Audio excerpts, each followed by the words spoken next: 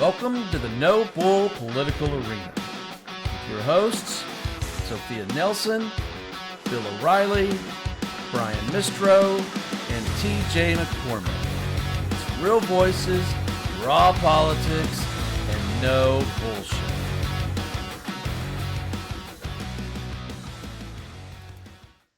Hello, everybody, and welcome to the Political Arena. We got a full house today. Got TJ McCormick's back here with us. We've got Bill O'Reilly and, of course, Lauren Doc Coombe. So, for those that don't know from our last show, we've nicknamed her. So she's got a nickname. She's moving up in the I don't world. It's deserve it. What's up, Doc? classy stuff.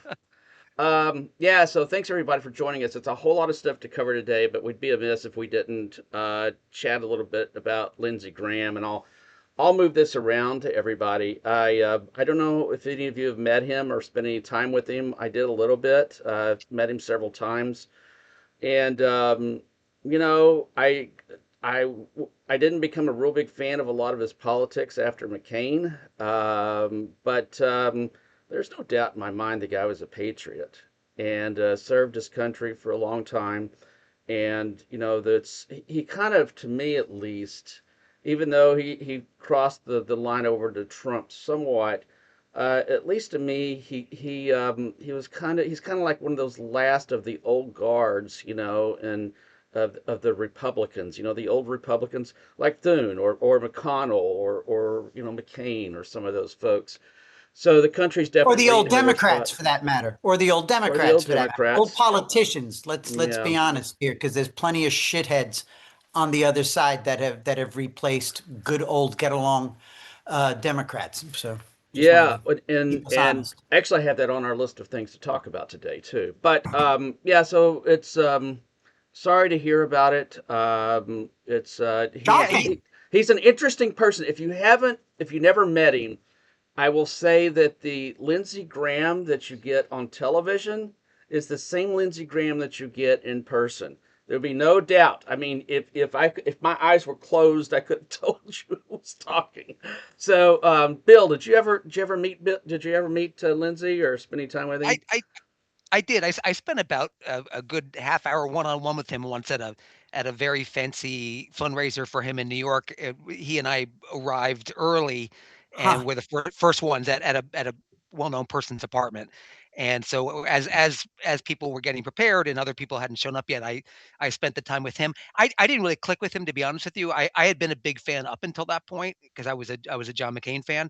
And I'm sorry to see him go, but Hmm. I was not. I don't think he helped himself a lot in the final 10 years of his life. Hmm. I'm sorry. I just. But I hope he finds his God. He's a great American, a great patriot. Absolutely. I share a lot of his hawkishness.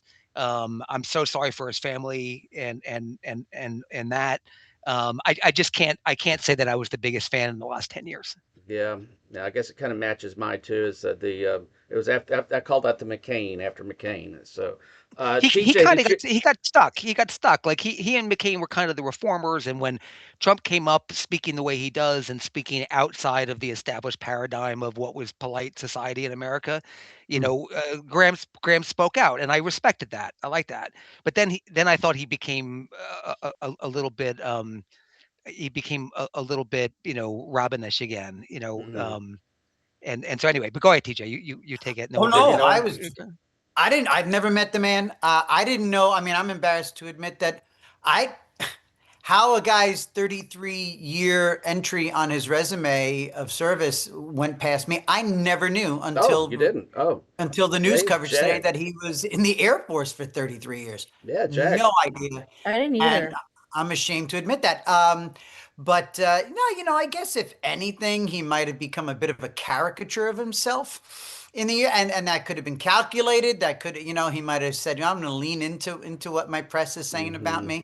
I found him to be a real character, and yeah, an old school type. Like he could have easily have thrived in the get along, go along to get along type crowd that we longed for back in the day. Hmm. A Tip O'Neill type. Certainly, Mm. he, he could have been a part of that. Yeah. I'm assuming you haven't met him, Lauren, but I didn't know if you had any thoughts No, or my anything about him. impression of him though, is yeah, he did a lot of service to the country. I didn't know he was a prosecutor either. That's pretty cool. Hmm. He I you know, it's just so horrible, the sudden death. I feel really bad for his family. Just it must have been such a shock to everybody, Democrats, Republicans alike. I mean, just like horrible. They Yeah, I spend so couldn't much believe time it. together. Yeah, But I appreciated his like stance on Ukraine a lot. Yeah, me too. Me and He too. was Russia, Yeah. really, Yep. and Russia. yeah, like And he Iran, that I was like did his too. 10th Yeah. trip. Yeah, and Iran, yeah. His 10th trip to Ukraine. So yeah, he always supported Israel. I think his foreign policy was a little too like a little aggressive, for me, but I do think Hmm. he knew what he was doing. Like he knew how to advance his politics in a way that just benefited him. I do think, he had some good impacts on the party. So I appreciate him. Did And I it's think y'all really sad. did I y'all think hear it's right. about how earlier today or last night? No, it would have been earlier today in London. The Iranian diaspora in London, who were Yeah, claimed supporters of something. the, they had a candlelight vigil. They had a A vigil vigil for him, outside the American embassy for him. which is really nice. Really nice. Yeah. The Yep. supporters of Really? the Shah and the Crown Prince, Yep. because he supported the Crown Prince coming back Hmm. out of exile. I think it's But still yeah, going on. so I they, think it's yeah, going on at right the now. Yeah. embassy Yeah. in Whitehall, they had a Yeah. Yeah. Wow, I didn't The, see that. the thing is with Graham, that's going to be irreplaceable, and well, maybe not irreplaceable. Maybe we can find someone else. Maybe his sister will be that in the interim period. But Graham was one of the few clear-eyed people in Washington on foreign policy. hmm, He understood what an enemy means, hmm, and he understood that when we're watching the Super Bowl and when we're out trick or treating and when we're like dressing the Christmas tree, there are people plotting against us, and they hmm. never stop. And he was clear-eyed like that. He understood that, and he didn't ask for any forgiveness for being a hardline, and that I loved about him. Yeah, So And I I I feel also like I just really outwardly, liked his defense of Kavanaugh. oh yeah. yeah, I watched that video actually, but his outwardly he was very like I think he was saying what a lot of other people were thinking or wanting to say, but he was kind of like the person that did say it. So he'll be missed for sure. he also became like he was always McCain's sidekick. He was Batman and Robin kind of thing. The word I was looking for before was obsequious to Trump. He became a little bit too much of a yes man. But but the thing I think Graham did become his own man in the last few years actually. And I'm Mhm. backtracking on I don't want to say anything negative. He just died, but objectively he did become his own man. I think in the second Trump term, Hmm, where people did turn to him for advice on foreign issues. There was very few have the expertise that he did. Hmm. So I think he became Lindsey Graham standalone senator, He not figured attached to. he figured out what he had to do to advance. I think like what he Yeah, thought was best for the country. Like I think that was genuine. yeah, yeah. I Agreed, I agreed. remember Yep. a mega donor telling me, a GOP mega donor, happens to be, as a matter of fact, where I met Graham for the first place, telling me that Lindsey Graham, more than any politician he knew how to stick his finger in the air and which way the political winds were going to blow. And I hmm, guess you know what, you got to give him that. I mean, hmm. he'd known Lindsey Graham for a long time, so I'll keep Did that anyone person. see any poll? Do you see any polls on Aaron? Because we spoke with Aaron, with Andrews, his opponent, Annie, at some yeah. point. Andy was on the show, the doctor, and I wonder, was there any recent polling on that? I hadn't checked So in. I she haven't was looked for a getting while. close. She was, I think, 3 to 4 away from him in the last quality poll, which was in striking distance for sure right now. Wow, wow. Yeah, So what does this do to it? For those that don't know, McMaster, the governor, has put Lindsay's sister, and I can't remember her name, Bill, as his I replacement, as I Lindsey just read Graham's it. I'm replacement. sorry, I can't think of it either. Yeah, I Yeah, just read it. It just that doesn't matter what her name is. Anyway, so she's going to be the temporary replacement. I don't know Hmm. who's going to get that seat, but I will tell you, it ain't going to be Nancy Mace. So she can What just poor fucking taste. poor forget Nancy. it. Poor Nancy. I mean, he That wasn't even was cold before she was out there throwing her hat in the ring. Good Yeah, she Lord, was that like, if girl's got life some brings you issues. back or something. I'm like, what is wrong with you? Oh, uh, all right. I want to talk about somebody that I do think is a bit of a jackass running for the United States Senate. So, it's and then Darlene, by the way, Darlene Darlene, that's Graham. exactly who it is. I remember because it was like Darling. Yeah. Go ahead. So for Sorry. those that don't know, there's a heavy primary going on in Michigan, and there's a knucklehead. His name is Abdul El Sayed, Fake and doctor. yeah, so he's a far left progressive guy, and of course he's not going to do well on this show. That was probably the end of his whatever on this show. But I want to read this little slide to you because it just encapsulates so much that I think is wrong in our politics today, and he's just another example of it. But he said, "quote I guess they add up something like that." And this is Michigan Senate candidate Abdul El Sayed says he has not released his tax returns because he is waiting for forms to document his family's property abroad. He adds that he is unsure whether he is a millionaire, didn't realize being unaware of the extent of your own wealth was a characteristic of the working class. You know what? I'm just so sick of the damn it's just disingenuous. Just say I don't want to That's release them. hilarious. You know, it's and he's I not didn't the know only he one was a that's done that. millionaire. Trump did that I too. Get real. And Brian, I wish they would all say like this to releasing taxes. Nope. Nope, it's private. I think just say no. every single candidate should say nope, You none of know, your business. but at least be honest about it. You telling me that the guy doesn't even know if he's a millionaire? Bullshit. Oh So no, I just Wait, why did I'm not trying to though? defend You him. think I'm that not no, no, defending I him. know, no, I'm no, not no. defending him. I'm not saying that to you. I'm saying that to him because I just think it's a level of dishonesty in politics. You don't want to release them. Go out and say I don't want to release them. That's fine. It's your taxes. Let the voters Agreed. decide. But just don't make shit up. Okay. So, Yeah. Agreed. Agreed. yeah, Agreed. it's so I wish everybody frustrating. would though. I You mean, know? but Lauren, they do have things like, for example, if you're in the Senate or running for the House, like you do have to do financial disclosure forms on what type of investments you have and True. things. And like, but to me, given your income tax, to me, I wouldn't do it if I were running. I just wouldn't do it. I'd be too Yeah, I can embarrassed, and see it. I make too little, so I wouldn't want anyone to know it. It's not the opposite problem. But I wouldn't do it. But I do think, like, yes, you have to show. So if you're voting on issues that, I mean, Tom Swazi made so much money off the market from allegedly inside Mm, information. It does make sense to know what stocks they hold and the rest of it. But I don't Mhm. think you need to know everything. But I don't. But I agree with you, Brian. He should just grow a set and say, I'm not turning him over. Don't say he doesn't know how much Yeah, money the he has. wishy-washiness is No, embarrassing. you can't Right. sit there and call Trump out for doing it, and you don't call him out for doing it. I'm sorry. So Yeah. Right. it's that's the no bullshit show for a reason. Let's chat for just a second because you know this is going to come up. None of it was surprising, but I'm going to read Donald Trump's post from today, and then we're going to bounce it around again.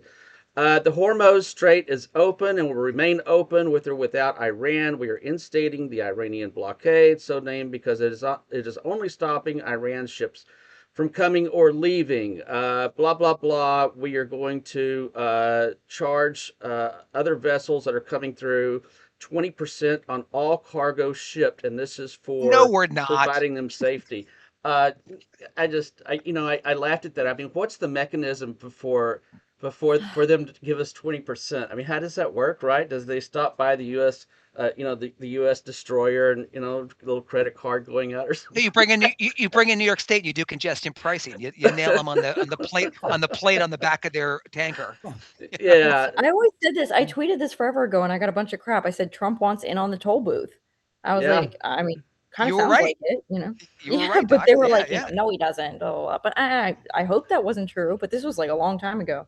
I mean, And aren't on we a like serious freedom of the seas? yeah, Like, yeah, you're right, Lauren, and I just you know how I feel about it, and I won't have to rehash all of that again about how I feel about the war, but it's just such a clusterfuck right now. Um, and none of this is surprising. Bill, you were basically hinting last time we talked about this. They're not going to stand by any agreement that they make. So why are we going down this path with them? None of this should surprise anybody. Can I So play like crazy devil's advocate here? Do, yeah, do, do. Yes. If it's the do it. United States, if it's the United States that is doing all the heavy lifting and reopening the Strait of Hormuz and providing safe passage for all these devil's advocate, why don't we collect some fees, some protection fees? Call Part it, of the reason it's closed. Because but nobody ever closed it before. but no, but I mean, if we, but no, but I mean, if the we're I see operating. what you're saying. I see what you're saying. I'm saying if it's been closed, it's been open, it's been closed. If we're gonna keep it open and provide safe passage by holding their little speedboats and everything at bay and their drones and all that other shit, And if a tanker is going to get through safely because we put our ships out there, why? Again, just devil's advocate. I'm not married to paper. I know. Why not collect I saw, a million bucks per vessel? hey, I saw people making that exact argument on X today. Quite a few people actually. I got in a fight It's with not somebody our about this. waters. It's not our waters. I got in a We don't huge belong NATO to us. argument with somebody about this. Like they But were I've like, heard no. I've heard the whole thing is international waters to begin with. It's like nobody's waters, the Strait of Hormuz. Yeah, exactly. That's why That's Iran. been the So that's longstanding argument. if We got enough. ultimately it's our ships that are No, We it's got not enough our ship. problems with the rest of the world. We got enough problem with the rest of the world. If at the end of this, the thing is the Americans are going to toll ships, it's like people are already hating us. It's come on. It's insane. maybe No, that's the point. They care already about hate that. us. No, they can no, do no, without no. all Why the don't we attack Nobody them? Why don't we cares just sink about there? that. Like, Now Did you you're see the talking. Let's ICC statement attack today them. by Rubio? He's like, oh, we'll like close we're the strait against the ourselves. ICC. I'm like, are we trying to piss off every single other country? I don't get it. Like, what would we be doing differently if we weren't trying to, or if we were trying to piss off the entire world? That's how I I feel. think this today is what's called filler. Like Yeah. Trump every day just fills days with stuff. Yeah. And it's like, how much longer do we? This is a filler day. You know what I mean? We don't have to count. It'll be something else tomorrow. Yeah. I think so. Yeah. All right, I switch on to something else. We'll talk a little bit about the Senate race. I'll get everybody's take, and I'll give you my rundown and opinion, which is worth what you're paying for it. But I want to mention this because I think it's political malpractice. I'm going to read the slide, and this is from Fox News. It says anti-ICE protesters outside of the office of Senator Susan Collins after the deadly shooting in Maine involving ICE agents. So, for those that don't know, today there was a shooting of an individual. I don't know the specifics of it. I don't think anybody really does yet. So let's just be clear about that. But I'm going to make an argument. I'm sorry that somebody died. It's unfortunate no matter what. But that's just political malpractice. That seat can be flipped. And if Maine flips, then that could be the linchpin for the United States Senate for Democrats. Get them out of Maine. I mean, why would you do that to her? I mean, clear it out for 2 or 3 months. Get the hell out of there because now she's going to have to answer for this because she did approve the budget. And I'm not saying whether you agree with ICE or don't agree with ICE. I'm just making the argument it's political malpractice because right now Michigan, although depending on who wins, we already talked about that knucklehead. I don't know what's going to happen with South Carolina, but it's going to be a lot closer than people think. I think that Texas is probably a toss up right now. Iowa is probably a toss up right now. Ohio is probably a toss up right now. Georgia and North Carolina are off the board. Those are Dems solid. There's just a lot of stuff that's sitting out there, and you're going to put Maine at risk. They did this. Who was it with, Bill? It was I think they just do. I think they just. I just have such a different take. To me, they were doing their job. They were an illegal immigrant in Maine and they went to pursue him, and he had a criminal record, as far as I know. And then they're saying that he tried to hit them with the car and whatever happened. We don't have the details yet, mm-mm, but I've got to say I have never seen news break faster. The mainstream media and the liberal media are so happy to report this story.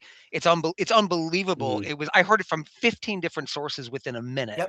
and it Yeah. was like. And do you I hear didn't that hear when it, it's the yeah. other side? When a cop gets shot or something like that? I'm telling you, we got this news faster than if a cop had gotten shot. Oh Oh, yeah. And absolutely. Yep. Yeah. But my point it's like my I the point whole agree. is that country's listening for, oh, did ICE do something today? It's like, give me a break. I'm sorry. yeah, but It was a see nice break for a while, right? I It mean, was. We had a good little couple months. Yeah. that was my point is that all you're going to do it creates an unnecessary headache because after the Plattner nonsense, okay, which Doc and I have talked about, I know the four of us haven't, but I mean Collins was back in, she was definitely in an offensive position, and she will have to answer for this. The worst thing that you could do as a Republican, if you want to keep the Senate, is do things that are going to put current vulnerable senators at risk. And Now there's here, I hear you. nothing that the Democrats hate more right now than ICE. And so well, if as you get them, devil's advocates, though, question: what? How do we know that it was like not something that absolutely needed to happen, or so, like I don't know any details we about don't, this. You we know what I don't. mean? Right. Maybe ICE was That's just operating and like But I I guess you're saw the presuming video maybe. before we came on air. I saw the video, Oh, what and did it look like? this guy drives his white, whatever, Nissan or something, his white four-door sedan at these ICE agents. I think Hmm. the bad look here is I guess shooting the guy, but the idea that he was hit and then they pulled him out of the car and cuffed him while he was bleeding. But I Bleeding out. mean, but Hmm. this is Why did not like, you and keep him in the again, they car were very again? quick to frame this like what happened in the UK to that kid who was innocent, who innocently died from the stab wounds while handcuffed by police. Um, but it's not that at all. This guy was still somewhat ably bodied. He had finished driving his car in a but yeah, no, I saw the video, and if the video is what it looked like, he drove his car at these guys. It may I very just well be. is it normal to shoot inside of a vehicle though? I thought this was like a whole thing. Is it normal to do that? They consider I, it it's a deadly weapon coming Yeah. towards them. yeah, I Okay. think if It's if, a it, if deadly the weapon. car is being It's driven considered, at you. yeah, it's considered, it's interesting because I think about that now in a car. I'm like, if I end up in a situation where everything gets locked up, don't do the panic breakaway because Oh you yeah, might no, get, I'm you know what I not mean? moving. Hmm. Yeah, Right, right. You know, Hmm. it's horrible. Well, it's like I said, it's sad that somebody had to die over it. Yeah. Anyways, I before we move on, and this the next two things we're going to chat about are completely nonpartisan, apolitical stuff. But let me just share one of the things that happened today, and I'm going to make a plug for a guy named Joe Carvin, who's doing a show for us. That's every Monday and Wednesday at 11 o'clock Pacific, folks. So here's the deal, and here's what happened today, and nobody really put it all together. But for the first time, Ukraine took a effectively a robot and had it attack a beachhead of Russian beachhead. Hmm. And also last night or this morning, depending upon whether you're in Iran or what time zone, the United States, for the first time, has used unmanned or not aerial, but boats to attack and hit Iran's docks. So where yeah. am I going with this? The the art of warfare is changing, and it's changing quickly. And with AI coming, and this is something Joe and I've talked about a lot. Imagine a world where you have robots fighting robots, because I think that world's coming really quickly. It's Oh just, yeah. Oh, I it It's just terrifying to me. what's so interesting is watching, and I think we touched on this a little bit a few weeks ago, is how quickly things are becoming obsolete. Like, for yeah, example, yeah, like the tank. The the the tank. tank is now it's a death trap.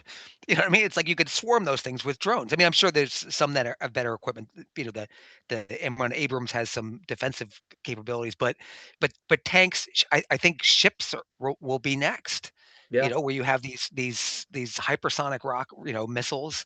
But a lot of it is cheap equipment that's doing this. Drones. I mean, the Ukrainians have made a mincemeat out of the Russian Navy. Oh, they have. Like they've been Yeah, in it's the like Black Sea, they yeah. have They've haunted shut it them. down. They They've have shut it shut it down. down. They have shut it down with $40 devices. And Wow. did you see too that the casualties for Russians? I want to say, and if I get it wrong, excuse me, but it's like real close to 2 million people. Russians have had more casualties in fighting the Iranian war than the United States had in all of World War II. That is, All the wars Ukrainian. combined, Yeah. actually, yeah, all the yeah. wars Oh, combined, that's right. Yes, it all is. That all our is. wars combined. Yeah, Oh, exactly. It's that's so just embarrassing. amazing. It's Yeah, they're just looking at about a half a million. Yeah, they're looking at about a half million dead and 2 million it's just total incredible. casualties. Yeah. All right, Wow. so I know we've only got 5 minutes, so this is something I'd like to talk about maybe Thursday on our Thursday thoughts, Bill. But I'm gonna throw it out to the three of you and kind of get your take, because I this is something else. As a matter of fact, we talked about on Joe Carvin's show, because we're talking about how AI is going to affect healthcare. But Hmm. let me go ahead and read this, then we'll bounce it around. It's the quote: "The ACA exchanges, that's Obamacare, by the way. The ACA exchanges are headed for collapse. You can get all the people to cross subsidize the highest cost patients some of the time, and some of the people to cross subsidize the highest cost patients all the time, but you can't do both." All right. So, my question out to you, and I'd love to get your take, especially Doc. How do we fix our health care? Because That's a problem. That's broken. And does the United States have a responsibility to provide health care for its citizens? I can see Bill. I can I see. What do you think, Doc? Because half of the patients, if you go when you practice, especially if mhm. if you're in the ER, and you're a general surgeon, then half of your patients won't even ever pay you. Well, So I'll are get we already yeah. subsidizing it one way or the other? She'll break their legs. Doc will break their legs if they don't pay. Right? I'll just say, hey, do they pay?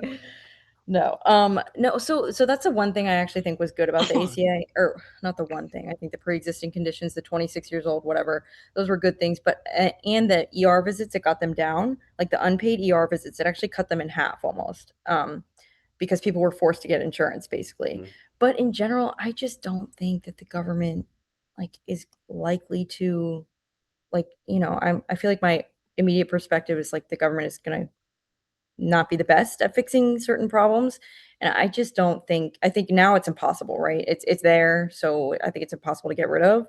But I'm not I don't even know what the issue specifically you're talking about is, but I guess if you're saying more people who are disabled or like have chronic conditions are outpaying the people who or vice versa. You know what I mean? Is that the problem that they're overpaying? Yeah, I I don't mean know. I think that's one symptom of a bigger problem of our healthcare in our country. So Joe, so TJ, I'm going to ask you this because Joe made a comment and he spent years living in England. And he said, if it's my perfect world, okay, remember he's a Republican, he's very conservative. In my perfect world, we ditch the healthcare system we have here and we do some version of Medicare for all. He said the English system actually worked pretty well. Now, 20% of their GDP went towards their healthcare. But he said, we're doing that right now. We're just doing it less efficiently. I don't know. You've lived in the I, UK. What do you think? I have family in UK and I've visited there. Yeah, I've theoretically lived there from time to time over the last 30 years that I've been married to a Brit. In that time, I've seen members of my in-laws' family die of cancer and other things that would have undoubtedly lived here. Hmm. They would have survived, or they would have lived longer. They would have been more comfortable in their last month, no doubt. Because of my connection to the UK, I listen to the British, I listen to the BBC every morning in the gym. And over the last few months, I've heard how they're just now, in the last couple of years, actually, I do know this. Remember, they passed a law sometime last year or the year before where they made it mandatory that the vaunted, godlike National Health Service, that they have to provide a second opinion. Until 2 years ago, you couldn't get a second opinion. It was That's pretty considered bad. you could not just automatically get a second opinion on a tumor, on an abscess, on a plan of action. No such thing. In the meantime, while people aren't getting second opinions, they're waiting. Literally, my aunt in law, my Yeah. wife's aunt, just got a knee replacement after an 8 month wait. And this Mm. is not a COVID wait. It's not a, oh, particularly rough time. This was for a routine knee replacement. 8 months waited for it, walking around on a bad knee for 8 months. So the NHS in the UK is completely broken. It's shambolic. It's a joke. It's bad. People die. Oh, and only just now are they're providing universal prostate cancer screening, the cancer that just about every guy is gonna get. That's what they say, right? It's on if but when you're diagnosed with prostate cancer. And just about every guy is going to get some diagnosis Mm. of some sort of prostate issue. Only now, this was the law that was passed recently, last couple of months, that they are giving universal screenings, something that we take so for granted here. And so that sort of stuff, Yeah. colonoscopies, not I don't think routine, health should be tied to politics. It and it freaks me out. shouldn't be. It should not be, and that's the best example why. Frankly, I think I don't know what Joe is thinking, unless, I've got I've got one tiny NHS anecdote for you, Brian. Just our youngest daughter blew out her ACL a couple years ago skiing, and it was bad, bad surgery and a I've been year there. I did it. Did it Oh, both you of did them it. twice. Oh man, so like it's more than a year of rehab. Oh yeah. stop So skiing, she people. so she exactly. So she blew it out. She goes to school in the UK. She goes to Right. college there. And she had about 6 months left on her physical therapy. And I went to visit her, and I decided I'll bring her because she had to find the doctor, that kind of stuff. When we got there, and they're like, "No, we're not doing the other 6 months. You've had plenty." Like in the US, the physical therapy would have gone for another 8 months. It was 14 months of physical therapy, Mhm. and they're like, "No, you got enough.